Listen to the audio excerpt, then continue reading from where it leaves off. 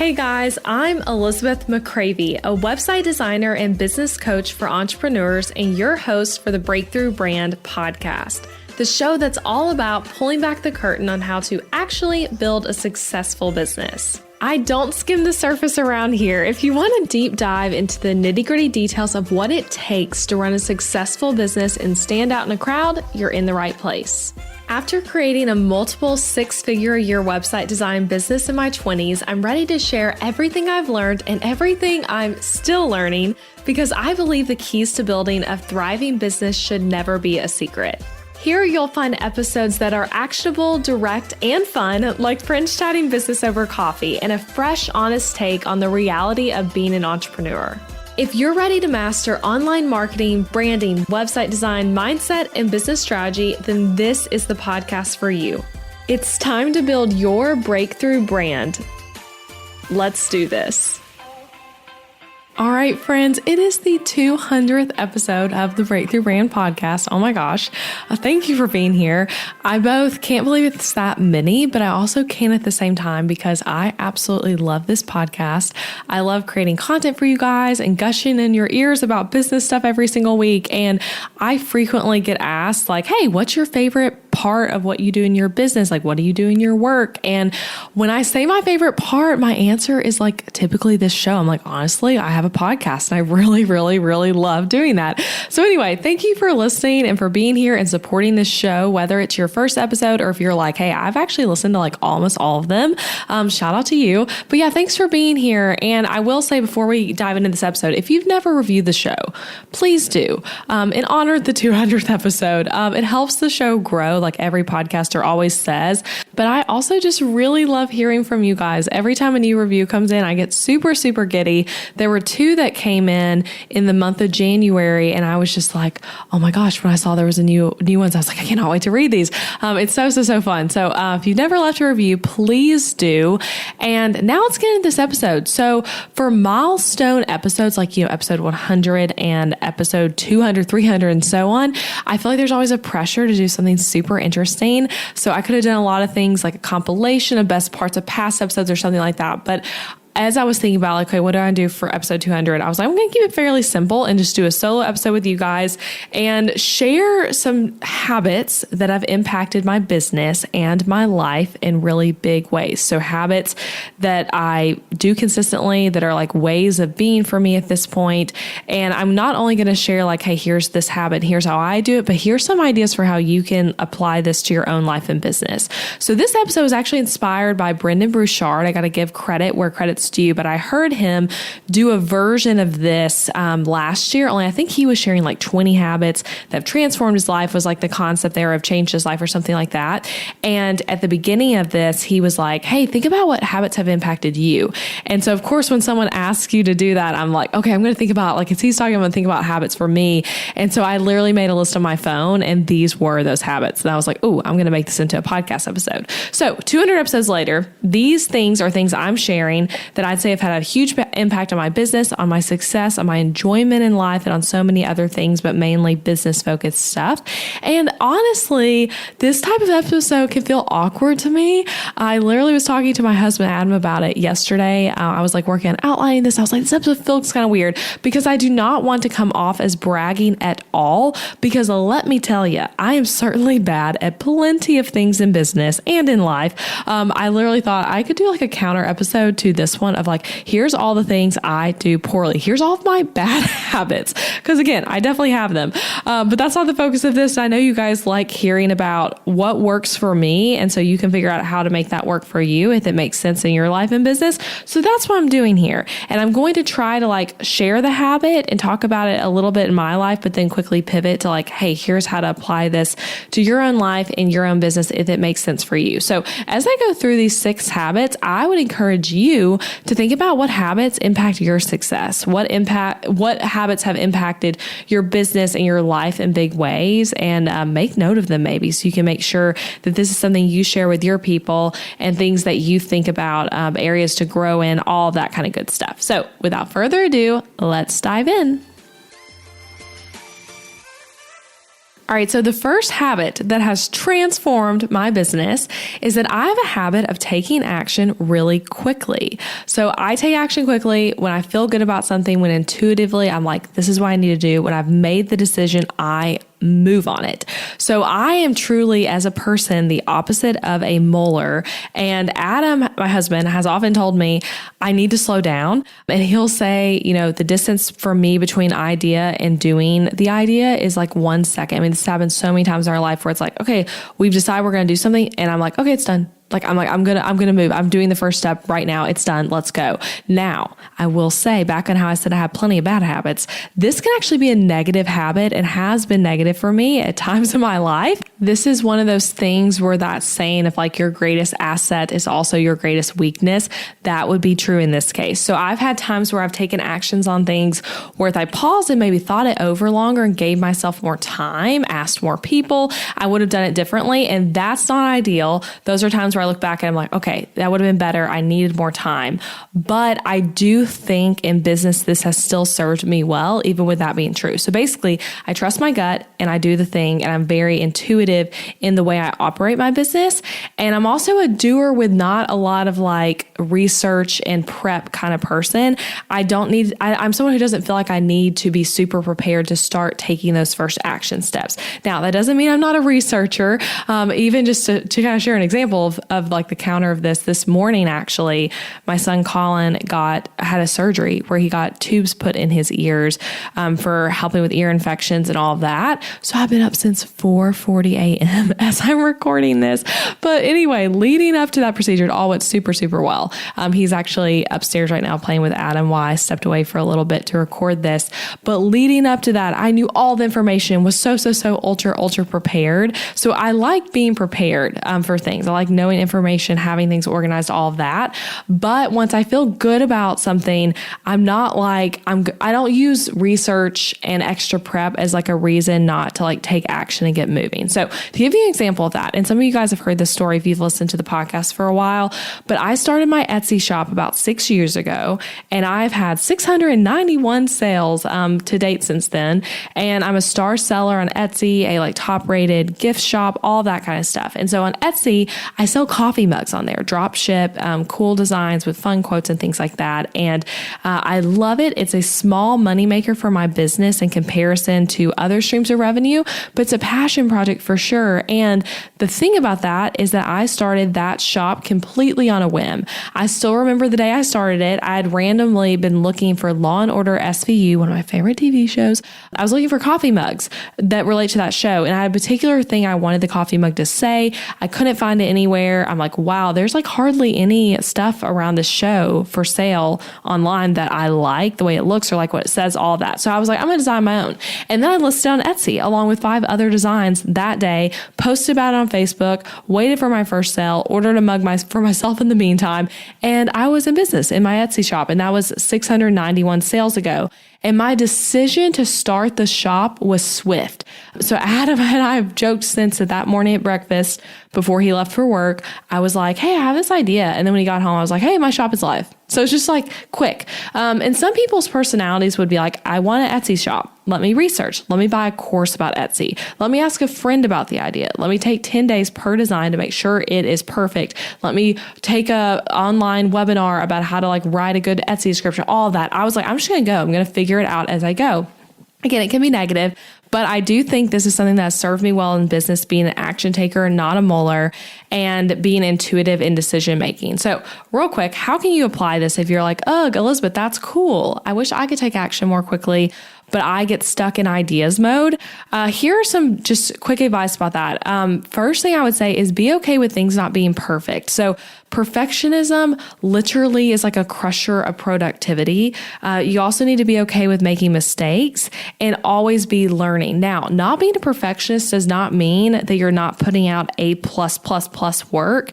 You can be non-perfectionist and still be putting out amazing products and amazing work that's like flawless and all that. Like as I say that, I'm like, I want you to know that I'm not putting out work that I don't think is amazing, but I am moving quickly and figuring it out as I go, and be okay with just always being learning versus feeling like you have to learn it all before you start. So seeing learning as a continuous thing throughout your efforts, all that stuff I'm going to talk about as I share more habits, but basically being okay with that, with things not being perfect and with moving quickly.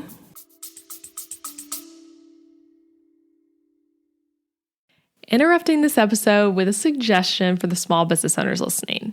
Ever wonder what you should do for healthcare when you and your spouse are both self-employed, so there's no work-provided health insurance to participate in? Well, when my husband Adam joined me in the entrepreneurial job space over 4 years ago, we joined Christian Healthcare Ministries instead of getting traditional health insurance. And it was the best decision for us, especially in these years of growing and raising a family while also running multiple businesses. CHM is a health cost-sharing ministry and is a faith-based alternative to health insurance. We did tons of research before choosing CHM, and if you know me and Adam, you know we are all about doing the math when making big or small financial decisions. And even though it's not insurance, CHM shares 100% of eligible medical bills, which is more than the typical 70 or 80% of medical bills paid for by insurance companies. All sharing is determined by the CHM guidelines, which you can check out before and after joining. And for the mamas and mamas to be listening, you truly cannot find a better healthcare option for maternity care. I had a vaginal delivery and a C-section and birth center care and hospital care between my 2 pregnancies and births, and it was all 100% shared for. And outside of birth, we've had our share of emergency room visits and procedures as a family, and those costs were all shared by members at Christian Healthcare Ministries, leaving us only paying our monthly contribution. CHM is less expensive month to month than insurance, and because there's no network, you can choose your care with whichever providers best fit your family. I seriously just cannot recommend Christian Healthcare Ministries enough. You've got to check them out. Go to elizabethmccravey.com/CHM for more information. Also putting that link in the show notes, elizabethmccravey.com/CHM. Now back to the episode.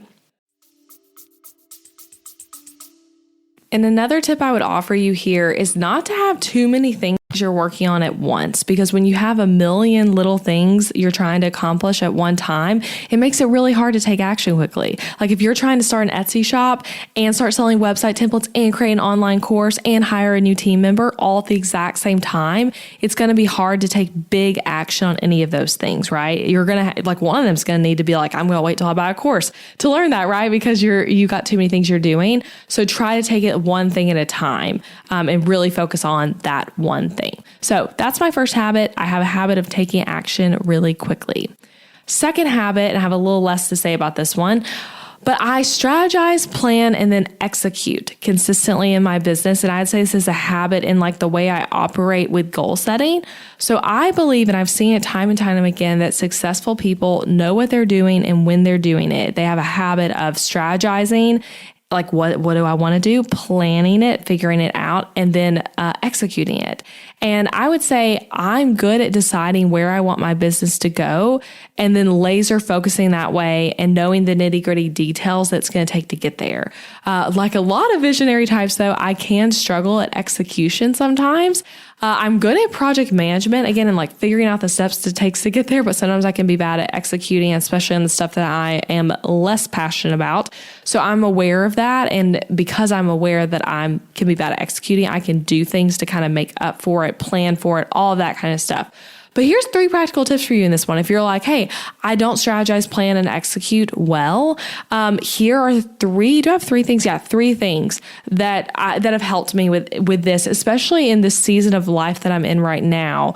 These are 3 things that have helped me be better at the planning, executing, all that. So first thing, don't obsess over 3-year, 5-year, and 10-year goals for your business. I know that advice, this is like counter to common advice, right? The common thing is like, you need to know your 10-year business vision, your 3-year business vision, all that. And that might work really well for you. And if it does, keep doing it. Like do what works. I'm sharing with you what works for me. But personally for me, I like thinking in smaller time frames than that. And the reason is because then I'm focused to take action swiftly, kind of going back to that first thing, because things aren't like, I hope in 10 years my business looks like X, Y, and Z, or in 3 years I'm going to do this thing. It becomes, when I'm thinking in shorter time frames, this is what I'm doing this year. This is what I'm doing this quarter. This is what I'm doing this week. And it's way more actionable. So that's the first reason I like to think in shorter time frames. And second reason is I don't know what the heck I'll be doing that far out from now. And I think that is the nature of these type of lifestyle businesses that so many of us have, where it's based around a personal brand. You're selling things online. Perhaps you're working with clients and you've changed services or changed offers at different times over the years. It's hard to plan super long term. Now, of course, you can try and you should have goals and like visions for what you want things to look like. But for me, when I try to think 10 years out, I'm like, I don't even know what the website landscape will be like 10 years from now. I don't know what online course landscape will be like 10 years from now. I don't know what my family life will be like. There's a lot of things that's hard to plan. And so if you get too sucked into like, I have to have a 10-year plan, it can be really distracting. And I think it can be better, at least again, this is what works for me, thinking in shorter time frames because I know what is going to happen shorter time frame for me. I feel like I learned that pretty intensely when I was pregnant and in my first year of being a mom, because it was like, you don't know when the baby's going to come. You can't plan for that. And then you don't know how you're going to feel working wise. And so I kind of learned really quickly, like to plan in shorter increments of like, okay, I know I have this month in my business. Like, what am I going to do in this month? Thinking like that. So that's my first practical tip for this one, is not obsessing over the big, super far into the future plans for your business. So that is something that helps me with strategizing, planning, and executing. The second thing that helps me is picking focuses for my business for like a quarter, a whole year, whatever that makes sense for you. So consider doing that. Pick a focus for your business that's like, this quarter, this is what I'm focusing on, and laser in on that. As entrepreneurs, we can often have very squirrel-like brains, which I love squirrels. Squirrels are fun, and I love watching them. I used to constantly have squirrels coming up to my office door, actually, at the apartment I lived at when I first started my business. But I do think of like squirrels sometimes as a way we can be as entrepreneurs, like shiny object syndrome, darting different directions. And so having some focuses of like, this is what I'm focused on right now, and things that don't fit into that don't get my attention can be super, super helpful for, again, actually taking action and getting things done. So years when I have done this well have been better years in business for me, both in the sense of like more money made, and more happiness and enjoyment for myself and my team in terms of like knowing what we're doing. So this year, for example, in my business, I have 3 words of the year. Literally, as I'm sitting at my desk right now, I have a whiteboard directly in front of me next to my big giant wall calendar and then my collage, like artsy board. I have a little, dry erase board right in the middle that says those 3 words for the business, and then the 1 word that's my word of the year for my personal life. A lot of times as business owners, we combine our word of the year as like same word for business and for personal. I really strive to think of my business as separate from myself, which can be hard sometimes when you're a personal brand, but that's something I've been focusing more on in the past few years is like, okay, my business is not myself. So my business gets its own words of the year. And I actually picked 3, and the 3 words are basically me defining that like, these are the focuses for the year. It's not all like, really thoughtful, sweet words like we often do for our own words of the year. It's like more strategic words.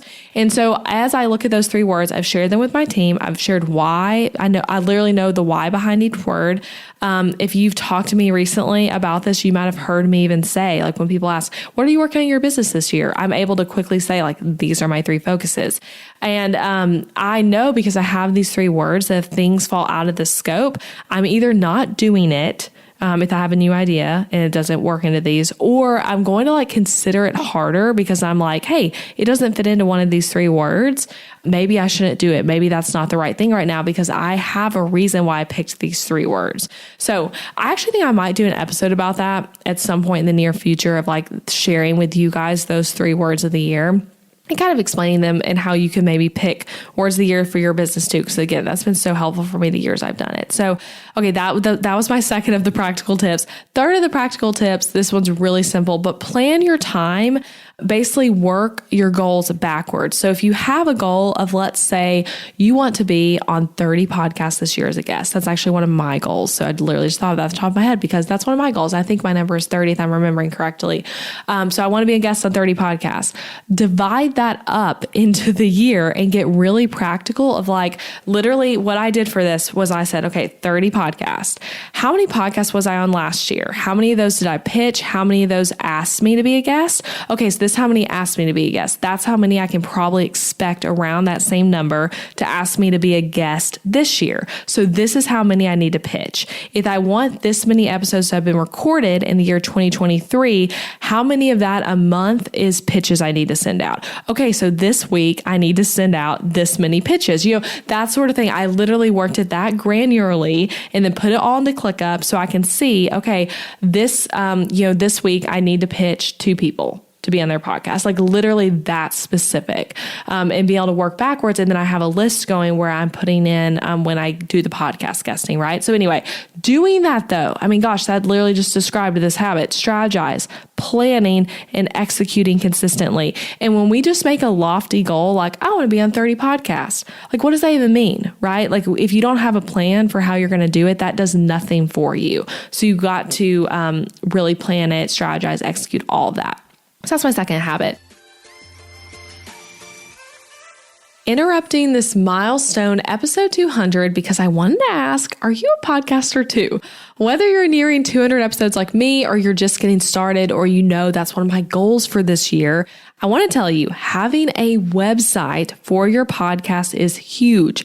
Podcasting is a lot of work, which you probably already know, and we want that effort you're putting into each episode to serve you long-term and allow more potential clients and customers to come your way. And a website can super, super help with this. By having your show notes live as blog posts, people can easily find your show from Google or Pinterest and come to your website and learn about how to work with you. And then by having a dedicated page about your show, it adds a ton of legitimacy to your podcast. It allows you to quickly showcase info a sponsor might want to know, or share your top episodes with a potential listener, ask for reviews, all that good stuff.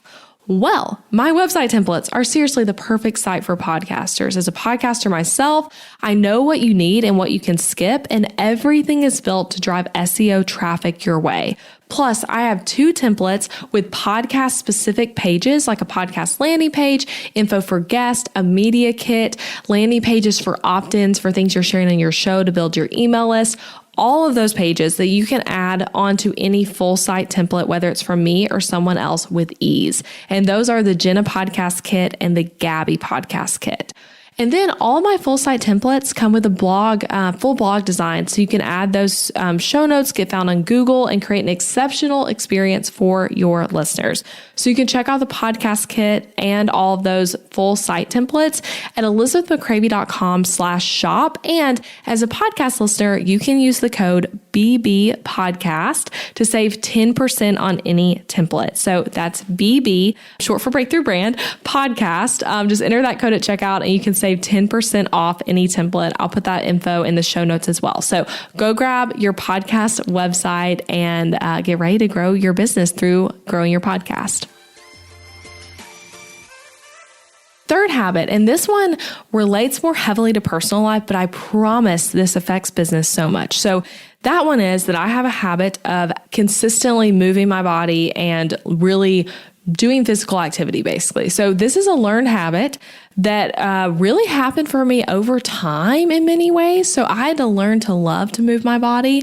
And now I'm at a place in my life where I truly crave it. So that I go days without movement, even if it's just like 1 to 2 days, I don't feel good. I need that habit to be met.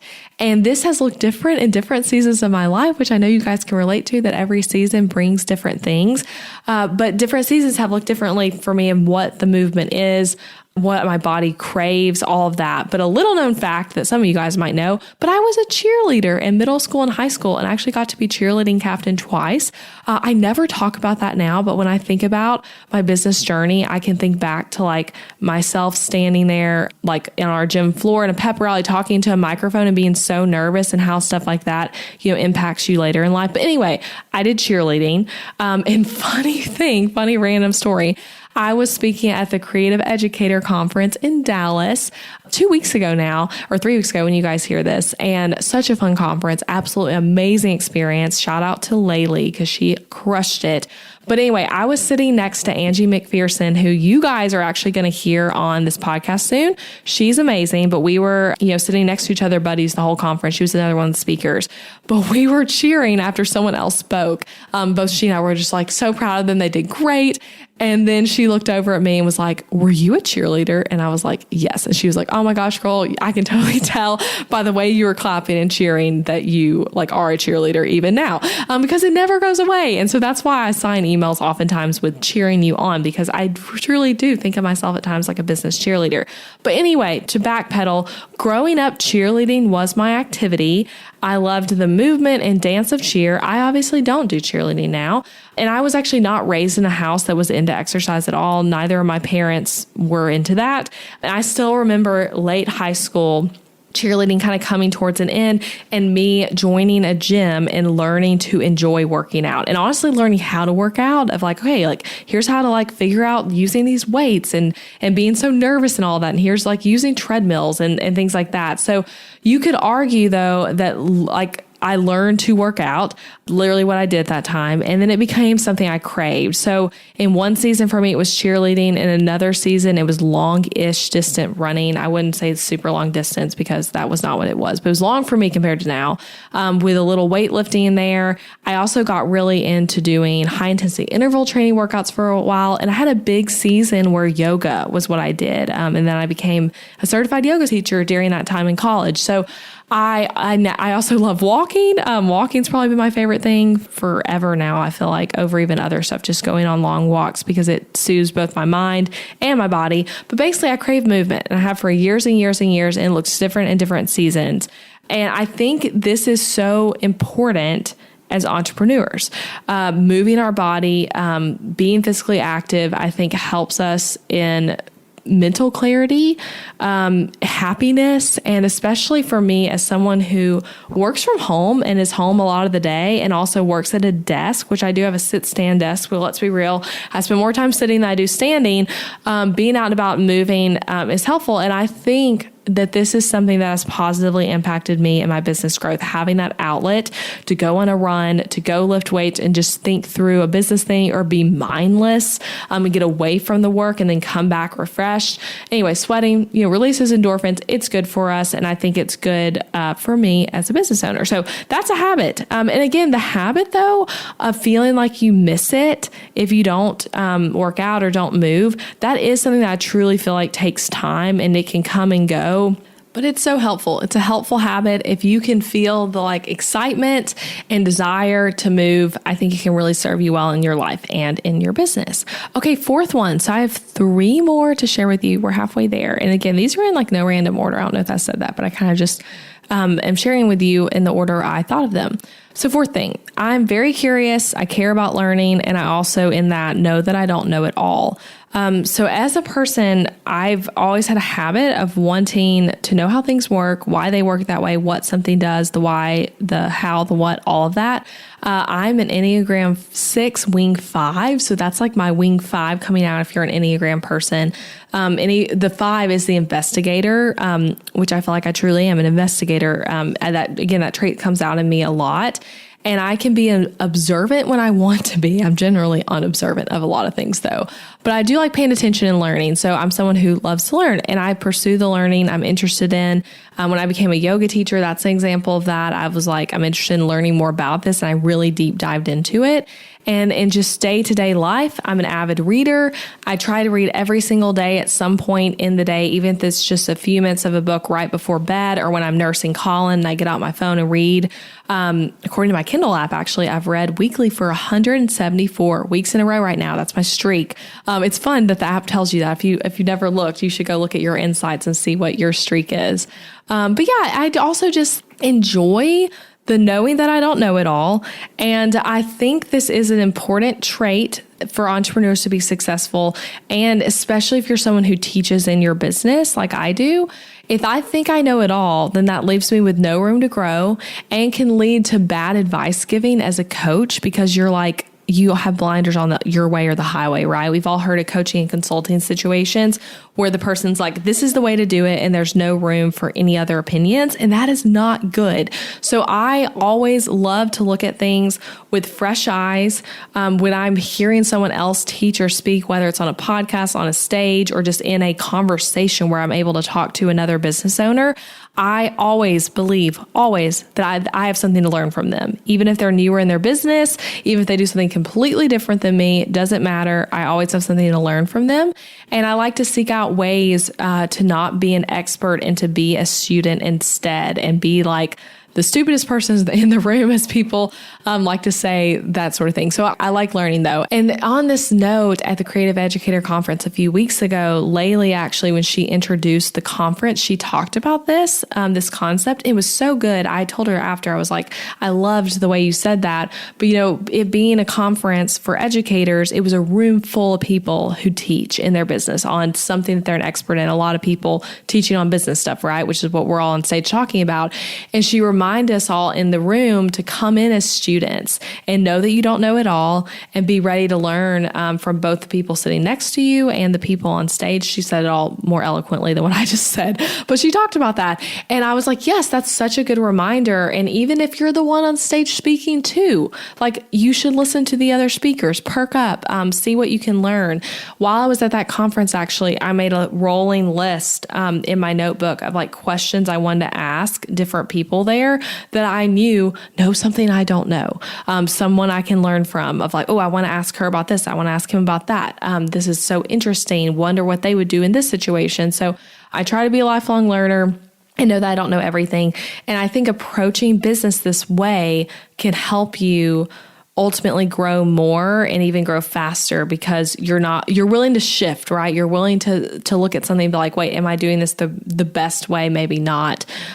Willing to change. So that's number 4. I'm curious. I care about learning, and very much know I don't know it all.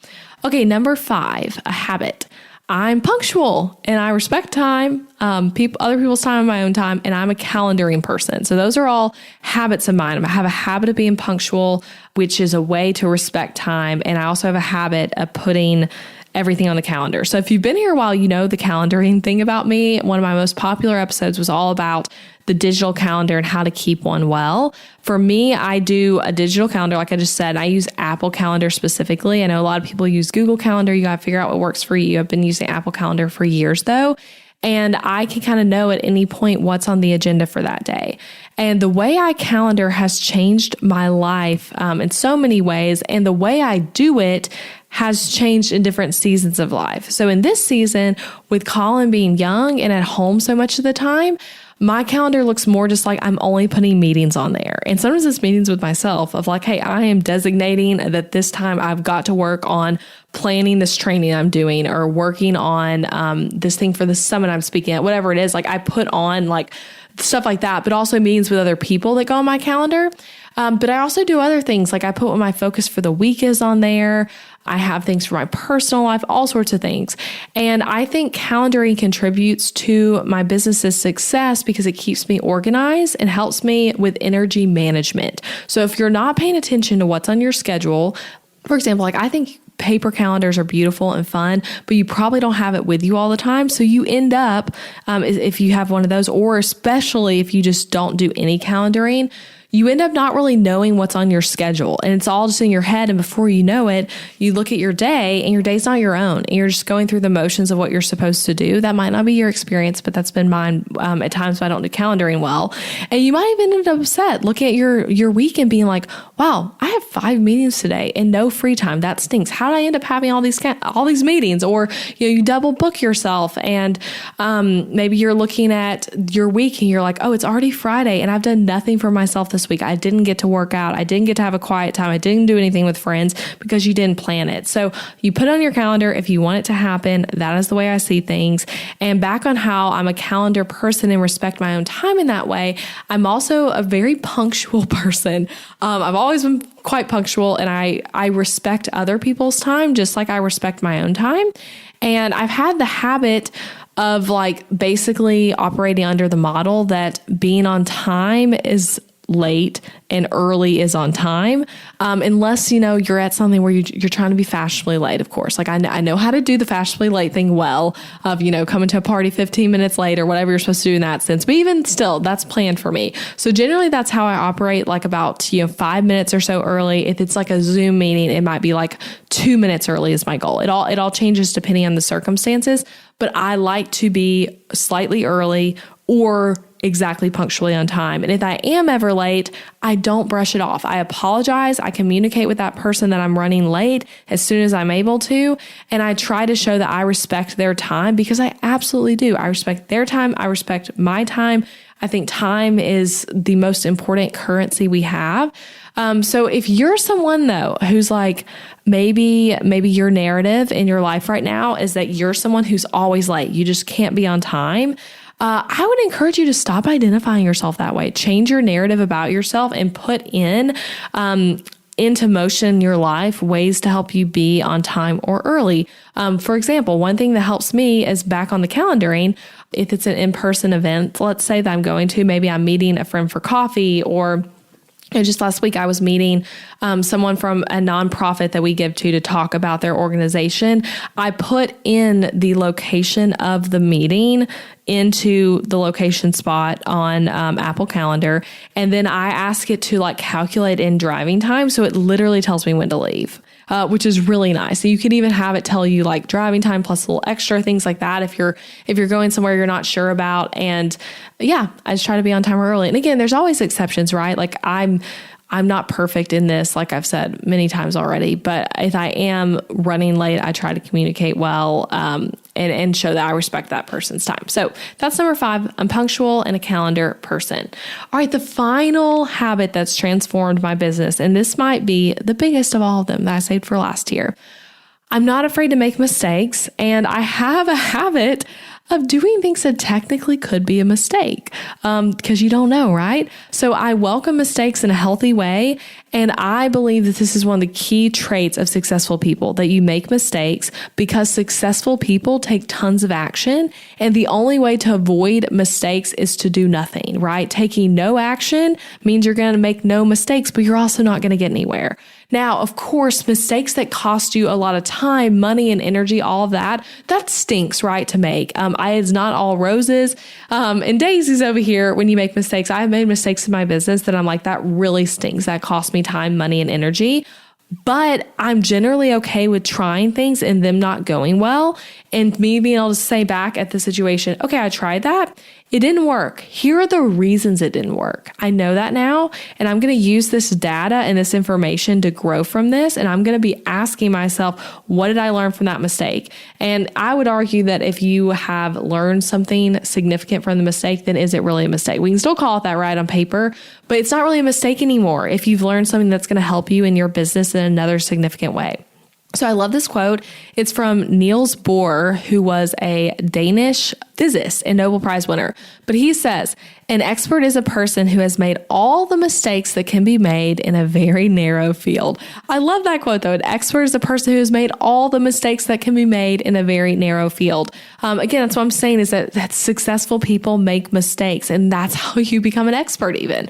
So I really believe that. And I think the reason that I can give good business advice on this podcast a lot of the time, and to people I'm helping with in consulting, or in Booked Out Designer, or with templates even, is because I've tried some things.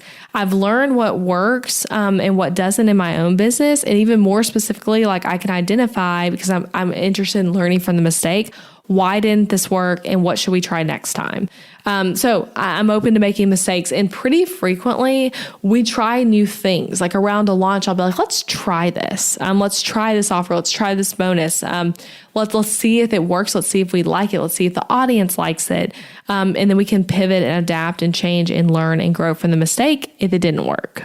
So that's it, guys. Those are 6 habits that have transformed my business. And that's not all of the ones I could share. I had a few others actually cut from this episode, because there's obviously a lot of things that contribute to business success and things that I could kind of point out and point to.